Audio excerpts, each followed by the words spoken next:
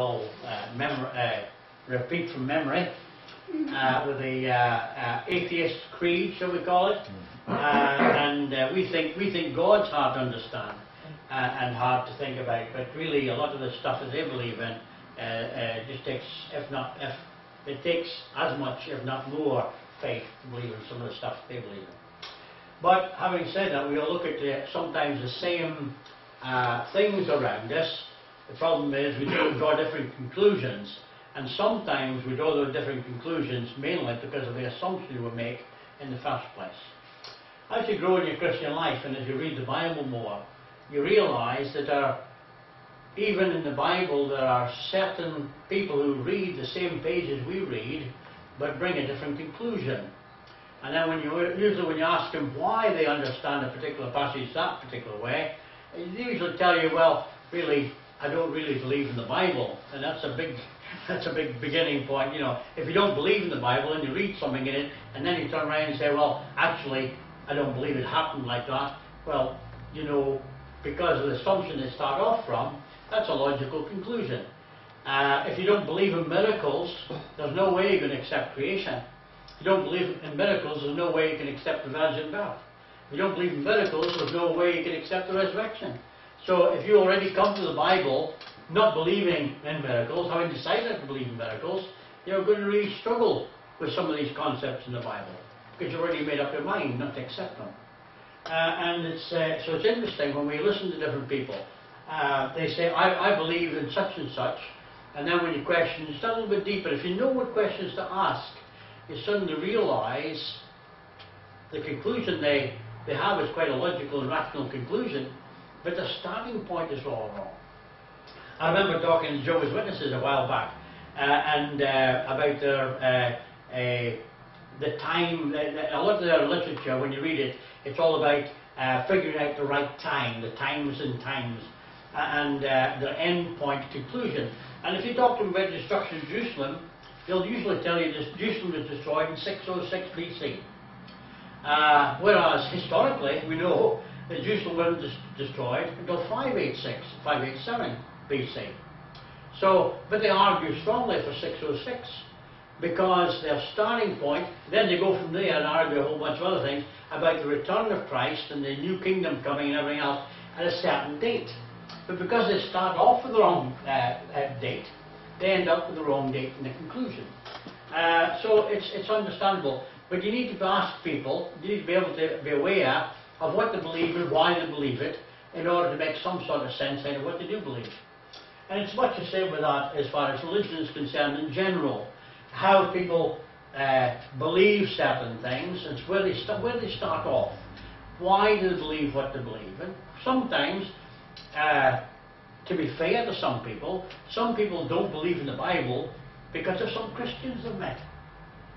Some Christians have given them such a bad impression of God that they just throw the whole lot out of hand. Because if these are Christians, goodness gracious me, I'm not wanting anything to do with it. So it's an illogical reasoning, but to be fair to them, it can be seen as logical because this person is who, you know, should be the example that they ought to be, and turns out to be such a bad example. I always remember there's a good argument to that, you know. You never judge an apple tree by the rotten apples lying around the bottom. You always judge it by the best it can produce. So the real fruit of any tree, of any relationship, of any faith, ought not to be so many. I wish there wasn't so many rotten apples. But having said that, the real test should be what is the best it can produce. And we should judge better by that. So, it's a complicated thing, this idea of believing in something. And most people believe in something even if they deny believing in something. They don't know that they believe in something. But everybody lives their life under some belief system. And so if we look at some of these, for example, the theist. The theist is a person who believes in God and the full inspiration of the Bible, and such a person would accept the Genesis account as being both literal and historic. So when you talk about the 6 days of creation, They have no problem with that because God is God. And their God is big enough if He wants to create somebody in 6 days. When you think about somebody like Adam, was Adam born a baby and then grew? Or was Adam 25-year-old on his first day old? Now, if God can create Adam at 25, it's not such a big problem, except God can create the world with time built into it. See that, the distinction there.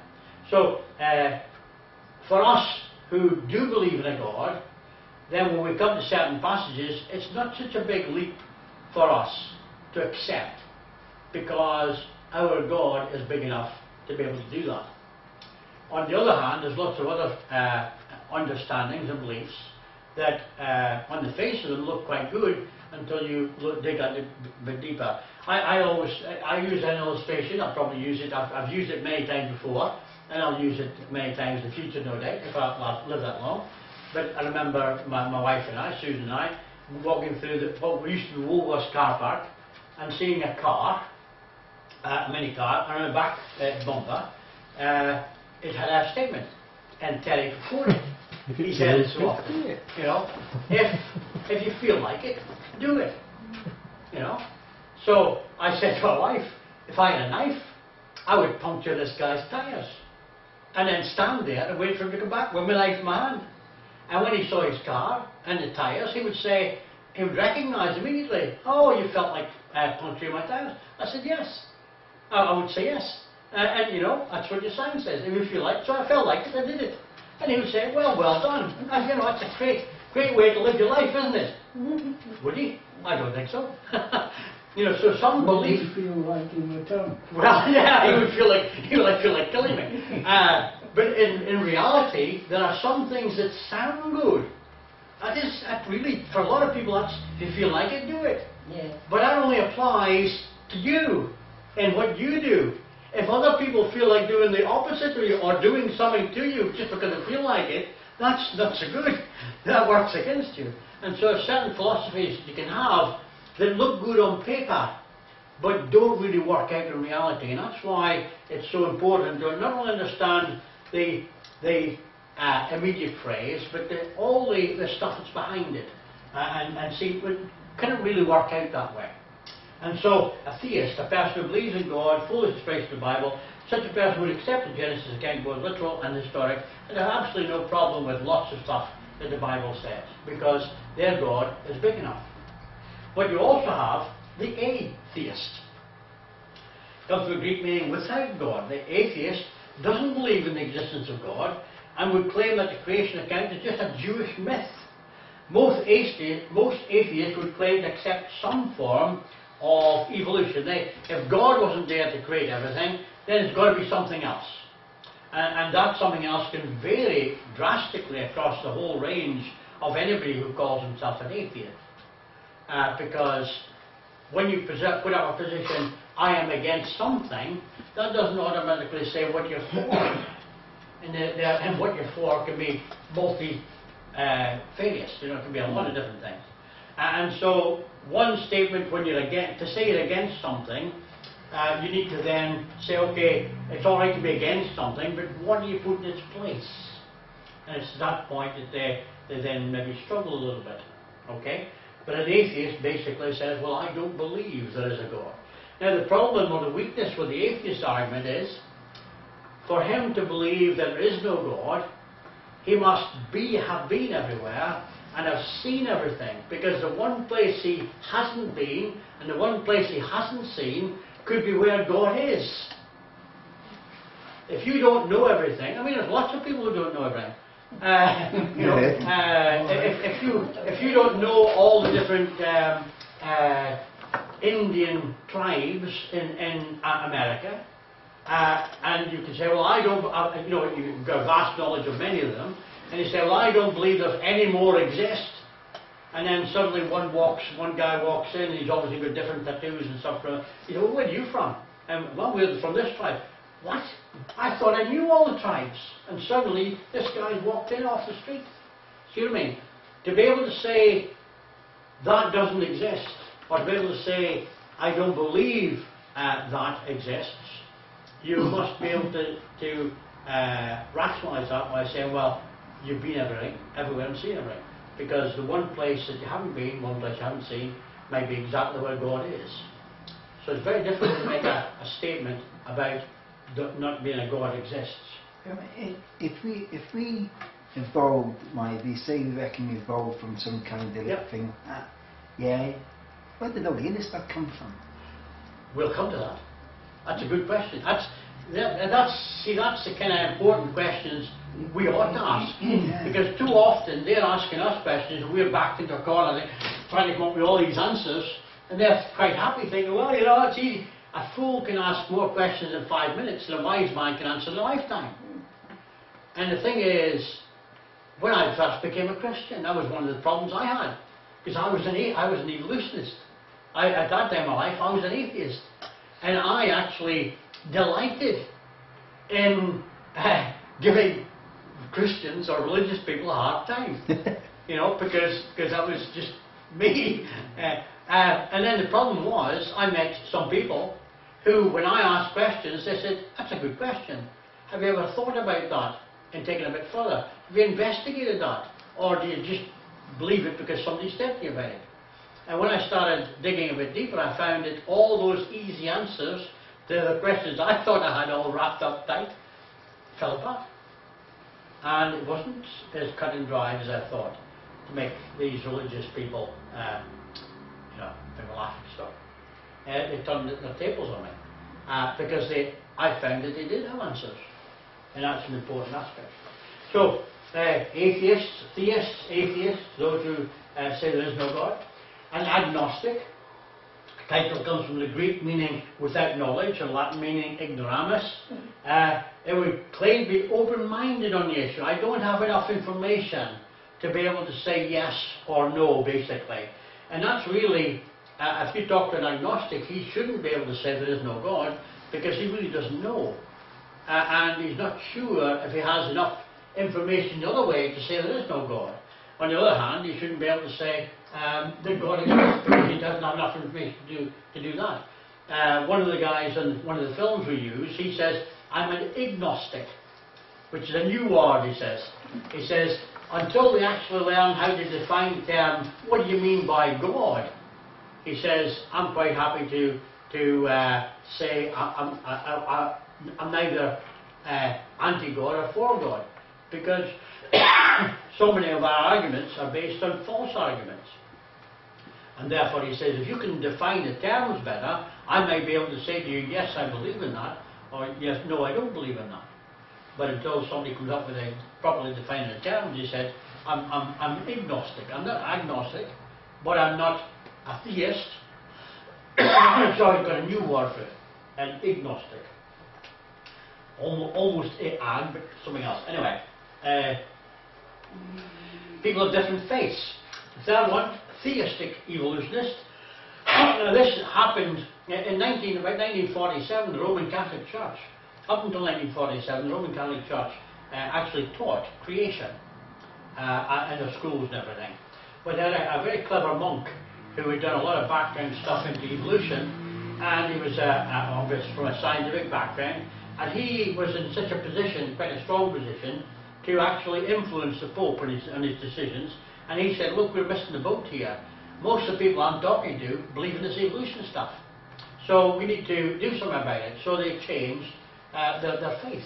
After about 1947 afterwards, it became the norm in the Catholic religion now to be evolutionist believers in God. Marrying the two. So they became theistic evolutionists. Theist is God believer. Evolutionist is evolution believer, believing we came through natural selection. And because they have a problem with all sorts of stuff, and because there seems to be so many scientific people out there in the world saying that this evolution stuff must work, and you can't argue with that, because every time you turn on the radio, the TV, or read a newspaper, there's something about people in well-educated circles saying evolution must be true. So there's such pressure on society to conform to this new concept that it impacted religious people. And so you had this marriage between people saying, okay, I may believe that God maybe used some way, natural selection, to bring about us, but I still believe there's so much design and everything else involved in that. There's got to be God there somewhere. God's got to be there in the beginning. And so they try and marry the two and try and make sense out of the two, try and make the two work together. And we'll come back and talk a little bit about that later on. This is kind of just an overall synopsis of things. So a person who believes God created the universe by means of the evolutionary process. And he would claim that Genesis chapters 1 through to chapter 2 verse 11 should not be taken literally, but more figuratively. And their attempt to reconcile the Genesis account of creation to the theory of evolution. So they say, well, it can't really be 6 days, it's going to be a long, long spans. So each of those days really is millions of years. So you can't talk that. And then of course you can't take Adam seriously either. Now that's where the religious person really has a problem. Because if there is no Adam, there was no sin. If there is no Adam, there's no promise of a Saviour. Why do we need a Saviour if there's no sin? That's assuming that sin began with Adam. And the Bible doesn't teach that. No, no. It says sin began with angels. Well, this is true also. So that's it. But having said that, if you deny Adam, you know, how do you introduce sin into the world? Yeah. Okay? Because obviously, where would you read about angels sinning? We read about Adam. In the Bible. Okay then. Where do you read about angels sinning? In the Bible. Right. So if you don't believe in the Bible, Well, you then don't that's believe in rubbish. Adam. So you won't raise the argument. well, that's right. So you see, you've got to. The first, for people who are theistic evolutionists, they do actually believe in God, so they have an idea that a lot of the Bible is true, though they pick and choose the bits they like. Okay? But Adam wouldn't be a problem. Yes? Is that from a moral point they believe in the Bible, or because they believe in a religious way? Well, yeah, I mean, a lot of, in the big religious institutions, they're already committed to God. But obviously, because of the secular background, pressure from the secular background, they don't want to look stupid in the world. So therefore, they're willing to say, well, let's marry the two together. But in order to marry the two together, the first thing that's going to go is Genesis chapter 1 through to chapter 2 verse 11. That's going to be thrown aside. Matter of fact, the first 11 chapters, if you like, of the Bible, because quite often they then don't believe in the flood either. So the first 11 chapters are under pressure from people who are theistic evolutionists. They say they believe in the Bible, but not that bit. And the problem is, I mean, a lot of people say, well, Genesis chapter 1 talks about 6 days in creation. I don't like that idea. So we'll dump the whole of Genesis chapter 1 through to 11, okay? But they forget. They then teach, we believe in the Ten Commandments. And what do they say about the Sabbath? What does Exodus say about the Sabbath? Why do the Jews have the Sabbath? Because God, on the 6th day, rested. On the 7th, sorry, God finished His creation on the 6th day. On the 7th day, He rested. What's that all about? That is surely, isn't that a continuation of Genesis chapter 1 to 11? And then when you get to Romans, there's even more problem. Because Paul writing to Romans says, the first Adam and Jesus is the second Adam. Well, if the first Adam didn't exist, how do you know Jesus existed?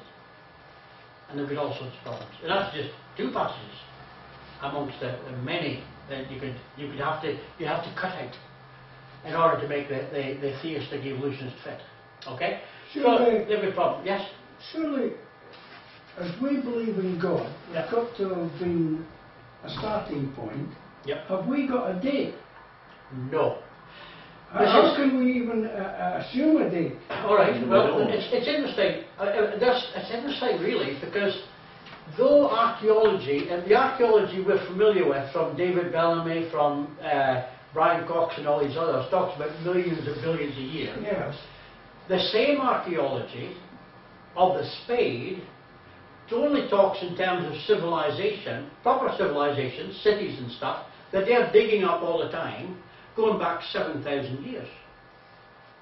So we can assume that the world, as we know it, is 7,000 years old? No, I wouldn't go as far as that.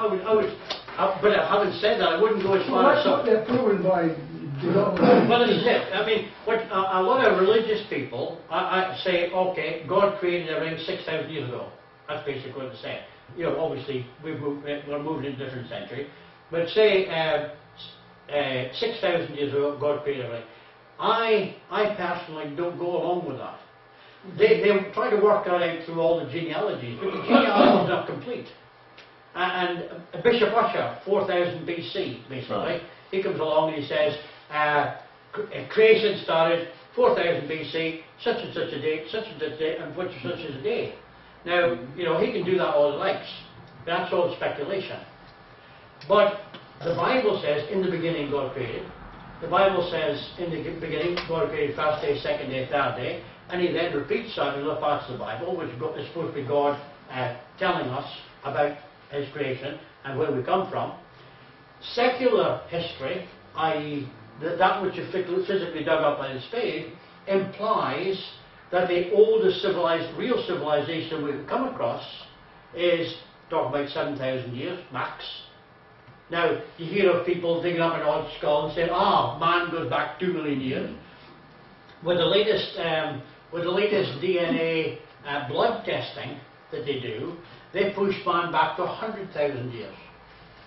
Matter of fact, they pushed Adam back, it's complicated, they pushed Adam back to 100,000 and they say Eve was 200,000, which gave, that's a long, that's a long death span for the rest of us. But anyway, even in their latest speculation, they don't talk, some of them don't talk in terms of millions of years. They bring civilization back to 100,000, say, years. But in reality, the spade digging up actual cities and people and historically, historically provable evidence, they're only talking about 7,000 years. How can they use DNA, Graham? They do it through the blood. The Y chromosome and the S chromosome in the blood. How did they get it from 100,000 years ago? Because they trace back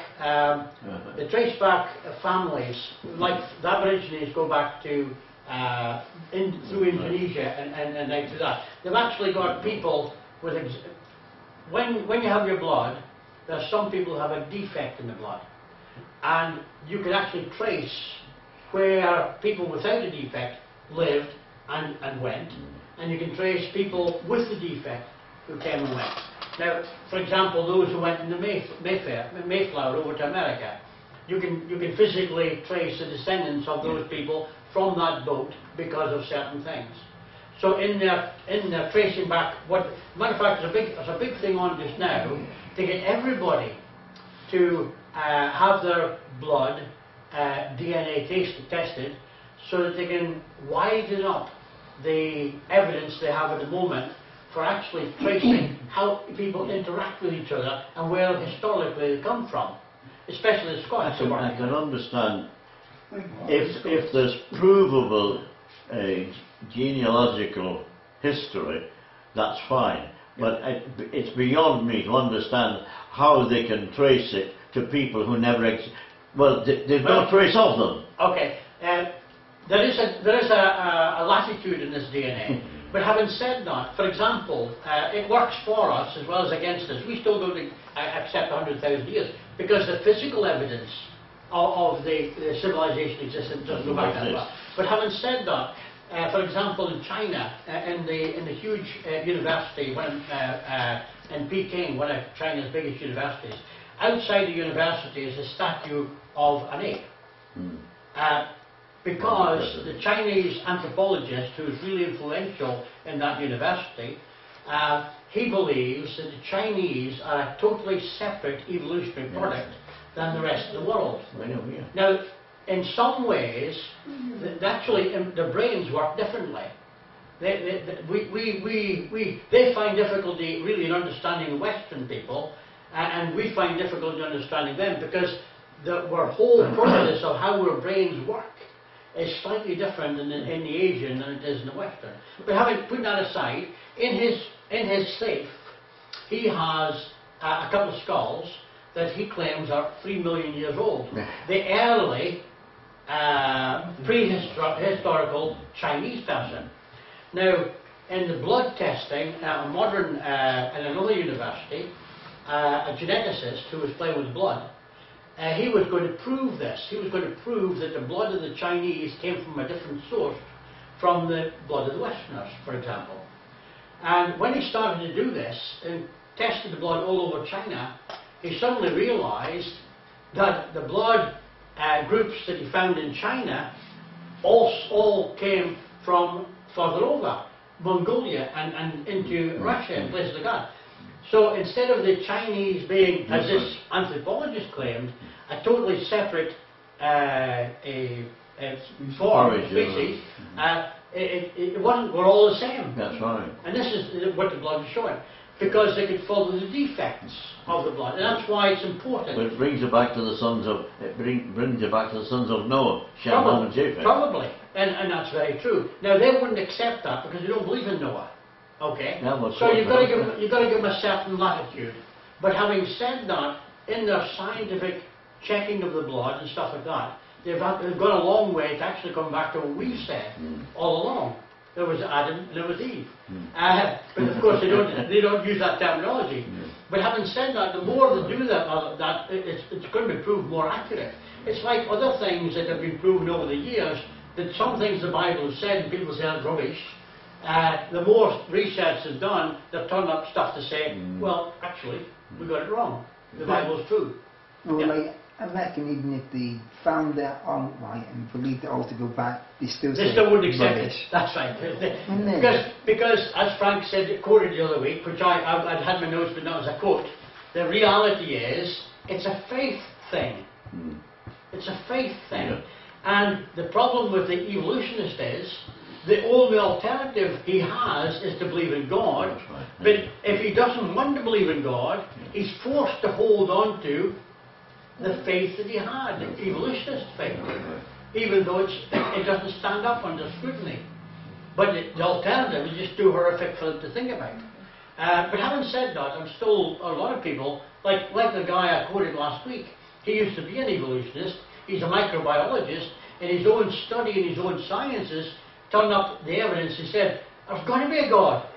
You know, and he ends up being a religious person, because he accepts what he's found in science, the real science, you know.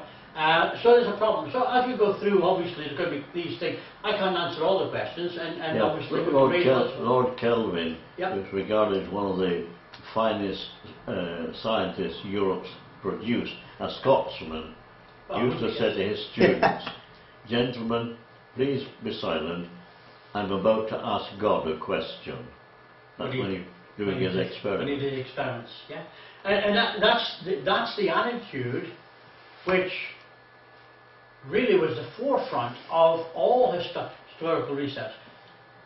People who claim that they don't believe, that they're unbelievers, Yes. restrict themselves in what they are capable of doing. Yes. It is people of faith They never who stretch across the sea, or It's people of build faith. hospitals or look or forward. universities. Yes, it's people of faith who have a vision for something That's greater. But the people who we are around today, because Christianity has given them such a bad press, or they think, you know, one of the first things anybody says to you is, oh, Christianity, that's caused all the wars and problems in the world. Well, that's not true. That's right. You know, evolution, the quote I usually like to give him is Stalin killed off 20 million of his own people. Just because of a power thing. Ethnic cleansing. You raise your head up above the parapet, you get it knocked off. In 70 years of communism, I always get too mixed up with Dostoevsky or, what's the other guy, S, begins with S. One of them in their writings, he said, 69 million people have been killed under the 70 years of evolution that has been current in communism. Because people were sent off to the gulags. If they turned around and said, we don't believe in the state, or we disagree with anything, the next thing you knew, they were dragged off and taken off. And he killed 69 million of his own people in order to keep control. No, that's not Christianity. And even Hitler himself. The whole concept of the master race came through a guy called Nietzsche. Nietzsche was Hitler's right hand, or his motivator, if you like. He wanted to see a master race. Yeah. And he would choose a big lad, big blonde guy, and a good-looking woman. And he was going to create a new master race. The biggest, the real dichotomy of that would be the fact that if he had a master race, Hitler would be one of the few, one of the other ones who would have been thrown out. Because he was a short guy with a black hair.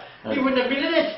And Nietzsche was rejected from the army because he was short-sighted and he had various other complaints. He was a physical wreck. You know, a lot of people don't know about Hitler and history.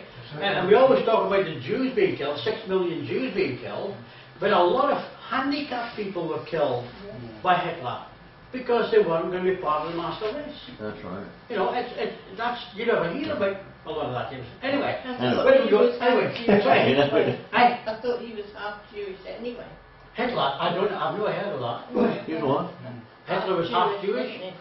He had Jewish blood. well, Right, yeah, Aryan that's blood? I don't know. I don't know. But it's certainly the concept of the master race. You know, you produce a race of super beings that are far superior to everybody else. That's an evolutionary concept, survival of the fittest. And that's what drove them. Even though on their belts they had something about God in German on their belts. But in reality, The answer to your question is Genesis begins with what we call the dateless date. In the beginning. You can push that back as far as you like. I wouldn't be dogmatic There's about... got to be a starting time. Yeah, but historically, How can we not know it? A starting point for creation, but not for God's existence. No, he's talking about creation, Frank. So, you know, I have trouble with, you know, the troglodytes and whatnot. Yeah. Was there ever people Happy day. living in caves and that before Adam? Do you know, if you went over to Australia at the moment, in certain parts, you'd find people living in caves. Yes. Yeah, If you all right, went- there are if you people went- living in caves, but they're like you and I. Yeah. They're not ape men. That's right. That's Oh right. no, okay. So were there ever ape men? Well, Yeah. you know, I've worked with some. Oh yeah. I used to Like Stan Zaleski. there used to be a guy, you know, There's loads of them in Scotland. There used to be a guy in our shift when I was in the steelworks, and literally his arms were down about his knees. He was actually a boxer. Matter of fact, his son still goes around town. I won't tell you. Anyway, and he's a long face. You know, when you saw him move, because he showed his shoulders forward, these long arms, you could easily, if it was dark like, or arm you down. Yeah. You see? Neanderthal man, somebody said that Neanderthal man, if you put him in a lounge suit, you could pass him off in any supermarket in America today. Yeah. A guy called Lamarck. He drew some of these fossils that you have, and his likeness. He wanted to be a people with a very long head, sloping head, and stuff. But there's loads of people in different generations in different countries who look identical to that today. You know, and you've got dwarfs. Dwarfs, people suffering from dwarfism. You've got pygmies. You've got the Maasai, 6 foot odd, you know, at least 6 foot odd, 7 foot odd. And you've got pygmies, and they're walking in the same continent. You know, so you've got a vast variation. So they pick up a skull and think, oh, you know, this must be something special. Yeah. But it isn't really. Yeah. You know, none of them are proved to be. Matter of fact, one of the latest programs where O'Brien, he's got a science program. It's an anti-religious program in disguise as a science program. And one of the experts he brought up quite recently was good question. What was the expert? Goodness.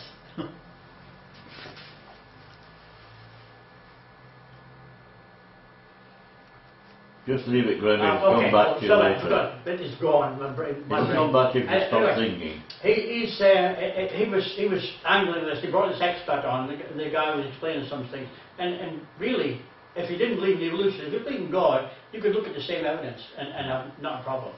if I ever think of it now, But what keep an eye on time. one lad said, "What? It doesn't matter to me if my great great great great grandfather was an 8." And the chap who was talking to said, "No, it'd make a big difference to your great great great great grandmother." Anyway, okay, so you've got theistic evolution. This is a genuine paradox that people have. You know, I believe it, I want to believe in God, but I'm being pressured by one of the first things to do when you go to university, because it's psychology and what's the other side? Sociology. Sociology. Because those are the key humanitarian disciplines. The first thing you try to do is to try to break you of any concept of God. I remember Anne from Weldon, when she went to university for France, she gave up after 3 months because they attacked her concept of, "You still believe in God?" And all this, the first courses you do at university are designed to actually, with a humanitarian, a human, what's the word? It's got a human bias anyway, the humanist bias, rather than a religious bias. And But so people are under pressure right from day one. I was asked to speak on the Christian's view of evolution in the Peace Palace, which is on the grounds of Cardiff University. Yeah. And a lot of medical students came. And I said, we've no objection to them advancing this as a theory, but it's when they teach it as a fact that we object to it. Yes. And after that, a young man came to me and said, "Mr. Warren, what you said tonight was absolutely true." He said, "I'm in my final medical year now." And he said, "The first lecture we had when we came here was, let us assume that evolution is true." Yeah. And he said, nothing was ever done to try to prove it." There you go. See? That's And what's that's still the happening case today. today. That is the case today. So, how are we doing for time? About a minute and A minute and a half. I Oh, won't you're go. 5 minutes, I Graham. won't- 5 minutes. 5 minutes. No, we'll hold it there, because we've got another. Oh, wait a minute. Well, let me just have a quick look. You never know. There we are. Okay, and the other aspect is the Christian. Christian is a person who believes that God created the universe by means of his power, and will claim that Genesis chapter 1 through also 1 to 11 are to be taken literally and not figuratively. We believe in Adam, basically. And I've spoken to lots of people who claim to be Christians who would disagree strongly with that statement. Now, how they justify that, how they pick and choose what they want to, it's the old question, I don't believe in the Bible, okay, but I do believe in God, all right? Well, what kind of God do you believe in? Well, I believe in God of love. All right, how do you know God's a God of love? John 3:16 says. Well, surely John 3:16 is the Bible. It actually makes more sense anyway. Yeah. When God created woman from man, Yeah. and then the animals, it makes more sense than any of the rest of it as well. If you can see a dog turn into a giraffe, then Let me I know. would believe in evolution. That's right. But there's a problem in a lot of that stuff. That's the big objection. The transmutation of species, the change of one kind to another, it's impossible. Never happened. If you produce something like that, it's hybrid. It doesn't breed. It cannot reproduce. Well, this is their argument. That they say, well, there isn't such a thing as God. We're here. But how do we get there? But when you ask their questions, you ask them how we got here, then they have a lot more holes in their faith than we have in ours. And that's, none of us probably, apart from maybe Frank, would be able to go in front of a panel and answer all the questions by all the people that we ask, because you just probably wouldn't be able to handle all this.